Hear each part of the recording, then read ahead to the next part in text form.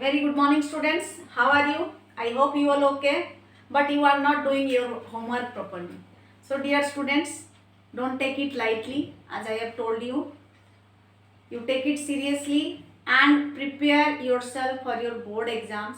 जैसे कि आप लोग जानते हो एग्जाम्स आपका मार्च में ही होना है, प्रैक्टिकल का भी डेट शीट आ चुका है, तो आप लोग सीरियस होके जो हम पढ़ा रहे हैं उसको पढ़िए और रेगुलर होमवर्क सेंड कीजिए। तो हम अभी स्टार्ट करते हैं हमारा chapter 6 of class 12, that is molecular basis of inheritance.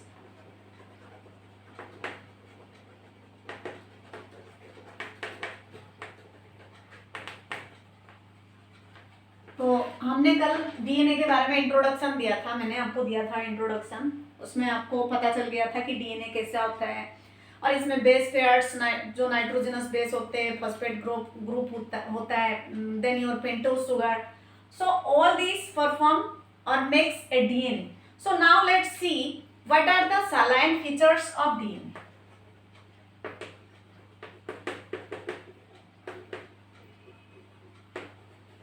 Saline features of DNA का मतलब क्या होता है कि डीएनए जो बना हुआ है वो किस किस चीज को लेकर बना हुआ है और क्या है इसकी बेसिस, क्या है डीएनए की फॉर्मेशन की। तो जैसे कि हमें पता है कि ये पॉलीन्यूक्लियोटाइड चेन से बना है। It is made up of 2 polynucleotide chain. It is made of 2 polynucleotide chain. कल मैंने पॉलीन्यूक्लियोटाइड चेन भी बनाया था, आपने देखा होगा। तो दो, एक ऊपर और एक नीचे, 2 पॉलीन्यूक्लियोटाइड चेन से बना होता है। और इसमें क्या होता है, इसकी जो बैकबोन होता है वो सुगर फॉस्फेट से बना होता है and it's backbone is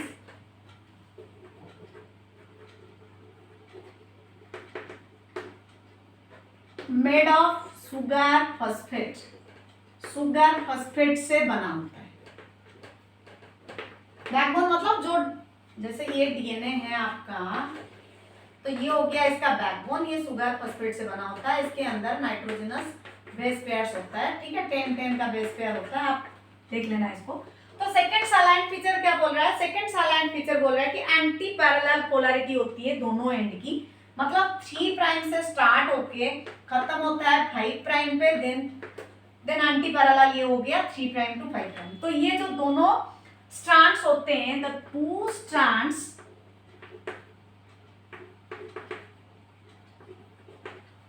are anti-parallel to each other। दोनों में एंटी पैरेलल होता है। It means from 3 prime to 5 prime and from 5 prime to 3 prime, ऐसे ये अरेंज होके रहते हैं, जिसको हम एंटी पैरेलल बोलेंगे। और इनकी पोलैरिटी ऐसे होती है, ठीक है। और इसमें जो बेस पेयर्स होता है वो हाइड्रोजन बॉन्ड के थ्रू बंधे होते हैं। Its base pair is bonded through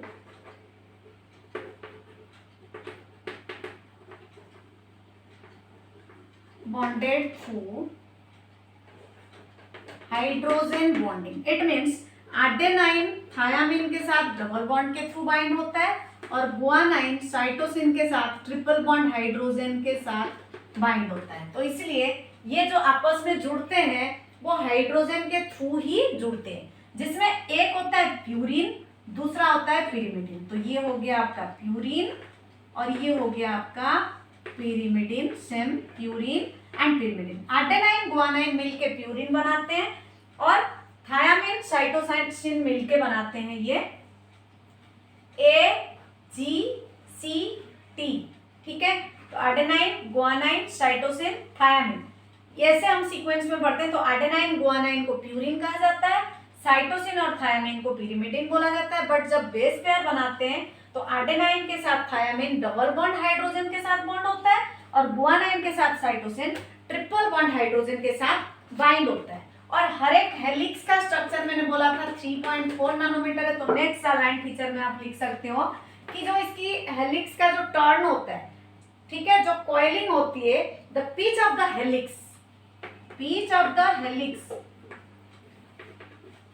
कितना होता है, pitch of the helix 3.4 nanometre होता है। And the distance between this 2 pitch is, the distance between two base pair, the distance between two base pair is कितना होता है 0.34 nanometre. तो ये जो है सैलाइन फीचर्स डीएनए का, अगर आपको क्वेश्चन पूछेगा 3 नंबर में कि right the saline features of DNA, तो आपको ये लिखना है। समझ में आ गया आपको?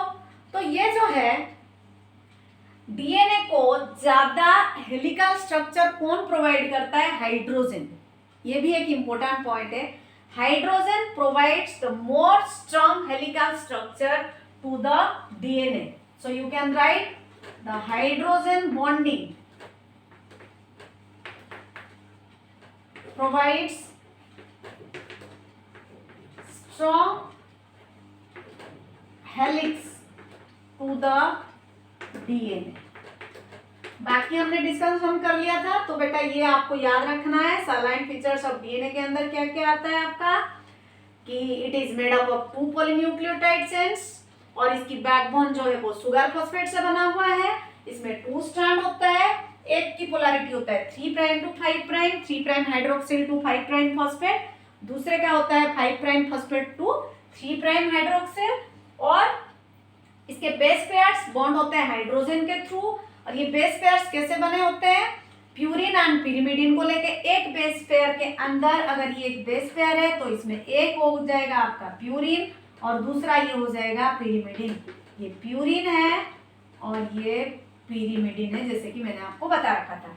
तो एडेनाइन गुआनाइन प्यूरिन बनाते हैं और साइटोसिन थायामिन पिरिमिडिन बनाते हैं, बट यहाँ पे एक प्यूरिन के साथ एक पिरिमिडिन रहेगा, तो इसलिए एडेनाइन के साथ थायामिन रहेगा और गुआनाइन के साथ साइटोसिन रहेगा। तो इस हिसाब से बेस पेयर बनाते हैं। फिर हेलिक्स जो होती है, क्योंकि आपको पता है डीएनए राइट हैंडेड वे में कॉइल्ड होता है, राइट हैंडेड पर्सन में, तो जब कॉइल होता है तो उसकी जो पिच होती है, एक पिच की डिस्टेंस होती है 3.4 नैनोमीटर। जैसे कि हमें पता है हर एक पिच के अंदर 10 बेस पेयर्स होती है, तो जब हम इसको 10 से डिवाइड करेंगे तो हमें कितना मिलेगा? 0.34 नैनोमीटर। क्लियर है?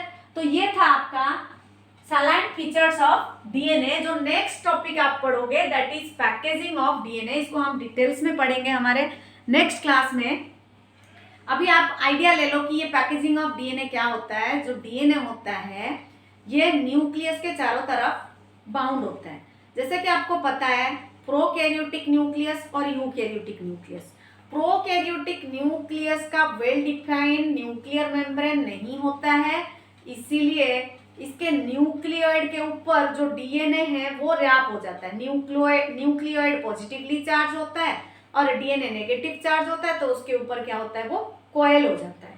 बट यूकैरियोटिक के केस में ये थोड़ा अलग होता है। यूकैरियोटिक में वेल डिफाइंड न्यूक्लियर मेम्ब्रेन होता है और न्यूक्लियस के अंदर amino acid residues means lysine and arginine होते हैं, और लाइसाइन और आर्जिनाइन जो है ये पॉजिटिवली चार्ज्ड अमीनो एसिड्स है। तो due to presence of the amino acid residue lysine and arginine which is positive, it gives positive to the nucleus. इनके प्रेजेंस की वजह से न्यूक्लियस खुद पॉजिटिव हो जाता है, और जैसे कि आपको पता है डीएनए नेगेटिव है, तो इस न्यूक्लियस के ऊपर ये क्या फॉर्मेशन करता है? हिस्टोन ऑक्टामर फॉर्मेशन करता है, और इस न्यूक्लियस के ऊपर जो डीएनए है वो रैप हो जाता है ऐसे। ठीक है, तो ये हो गया इसका कोर, और ये हो गया हिस्टोन H1 हिस्टोन, और ये हिस्टोन ऑक्टामर फॉर्म करता है ऐसे 8 मॉलिक्यूल्स को लेकर हिस्टोन ऑक्टामर प्रेजेंट होता है। ये वाला हो गया कोर, और ये वाला क्या हो गया आपका? H1 हिस्टोन, और ये हो गया आपका हिस्टोन ऑक्टामर। तो ये हिस्टोन ऑक्टामर के ऊपर डीएनए रैप हो जाता है। जब डीएनए रैप होता है, इसमें एक बार में 200 बेस पेयर डीएनए आते हैं। ठीक है, 200 बेस पेयर की डीएनए का रैप होता है। तो जो इकोलाई का डीएनए होता है वो 1.36 नैनोमीटर का होता है। ठीक है, इकोलाई का जो डीएनए होता है, जो डीएनए की लेंथ होती है वो 1.36 नैनोमीटर का होता है। तो इसके बारे में हम ज्यादा डिटेल्स में हमारे नेक्स्ट क्लास में पढ़ेंगे। आज के लिए इतना ही। आप सैलाइन फीचर्स को अच्छे से याद रखना है, और एक बार पहले से पैकेजिंग पढ़ लेना। मैंने आपको हिंट दिया है जस्ट कि कैसे पैकेजिंग होगा, इसका डायग्राम के थ्रू हम डिटेल्स में पढ़ेंगे।